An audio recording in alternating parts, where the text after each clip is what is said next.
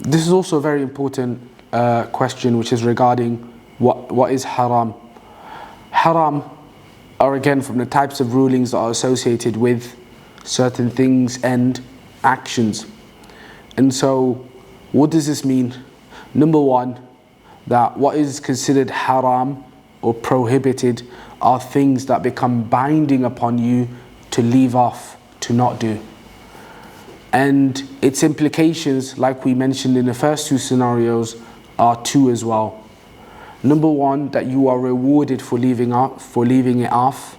And this is not in all circumstances. It has certain conditions for you to be rewarded for leaving off that which is haram. And that number two, that you are liable to punishment for doing it. You are liable to punishment for doing it. And so if you look at essentially what is haram, it is almost like the complete opposite of what wajib is. And so obligations and prohibitions are essentially polar opposites. They include matters like, for example, eating riba or eating from riba, aklu riba, which is usury and interest.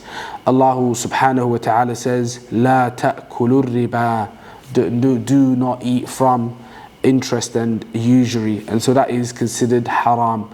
It has other terms as well that scholars may use to express that something is prohibited. And it includes matters like that this is mahdhur or mamnu', that this is something that we should keep away from or that we are prevented from engaging in. All of this is essentially hinting at us that this is haram.